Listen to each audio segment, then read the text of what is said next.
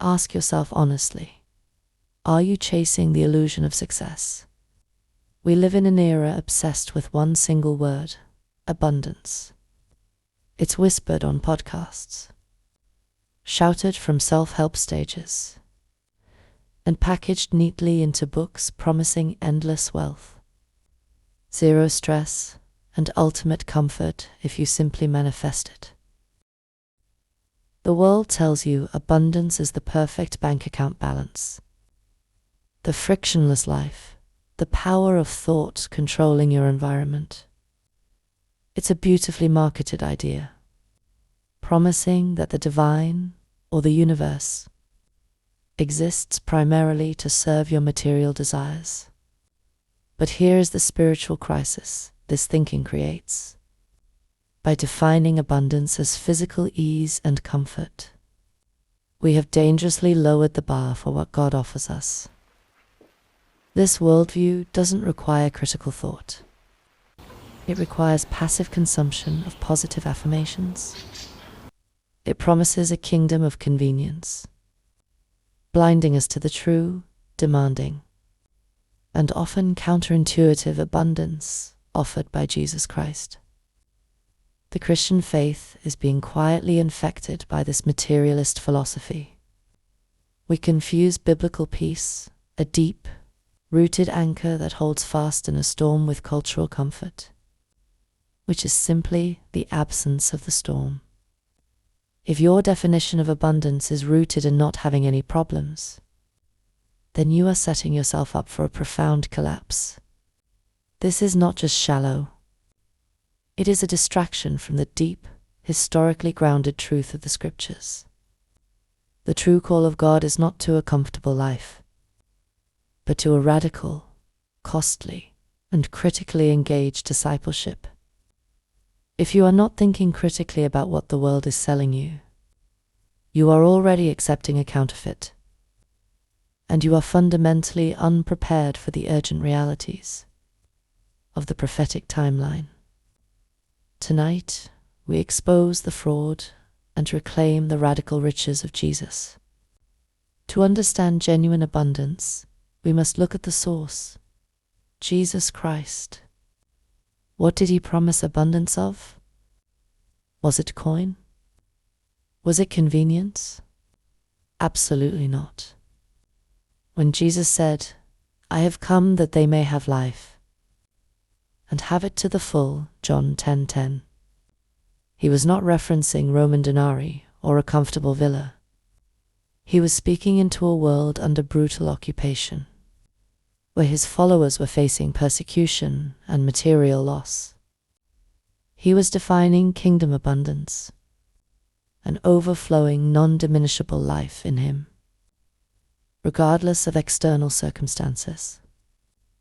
This abundance includes abundance of grace, forgiveness that covers all sin and provides reconciliation with God, abundance of purpose, a clear, mission-driven life aligned with God's will, abundance of peace, a supernatural calm that persists even when the world is chaotic.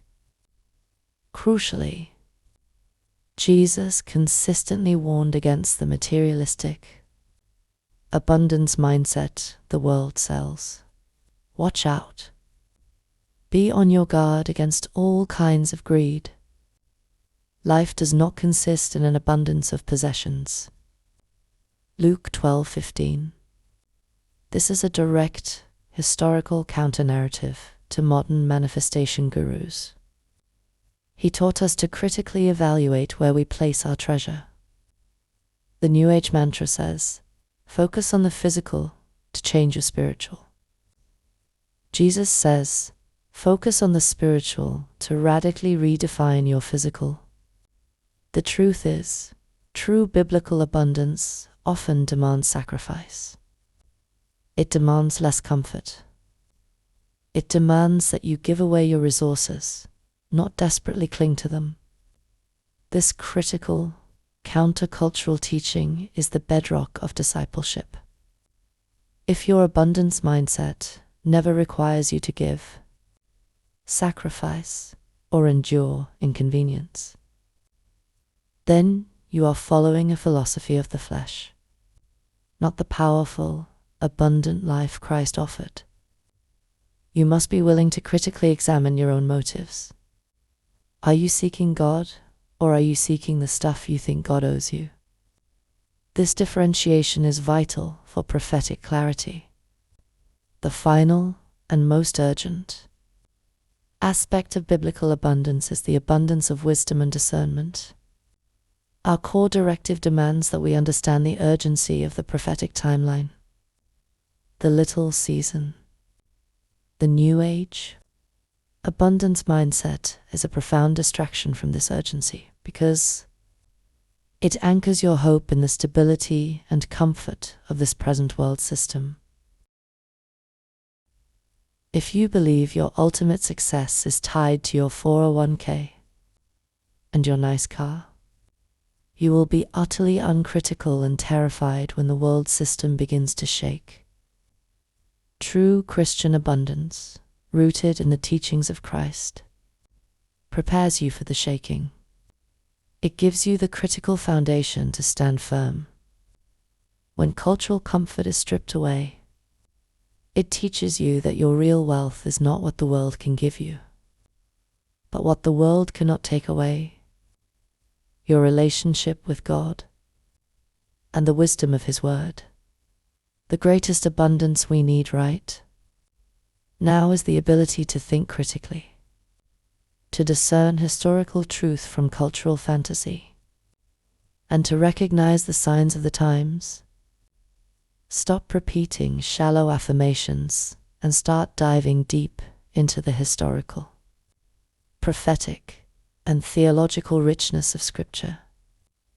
The abundance Christ offers is the strength to endure, the clarity to see deception, and the eternal security that renders all temporary material loss insignificant. To live abundantly is to live like a stranger and an alien on this earth, critically engaged but spiritually detached from its fleeting promises. Reclaim the genuine abundance of Christ. Reject the cheap, comfortable, uncritical manifestation crap the world is selling. Be critical. Be wise. Be ready. That is true, powerful abundance.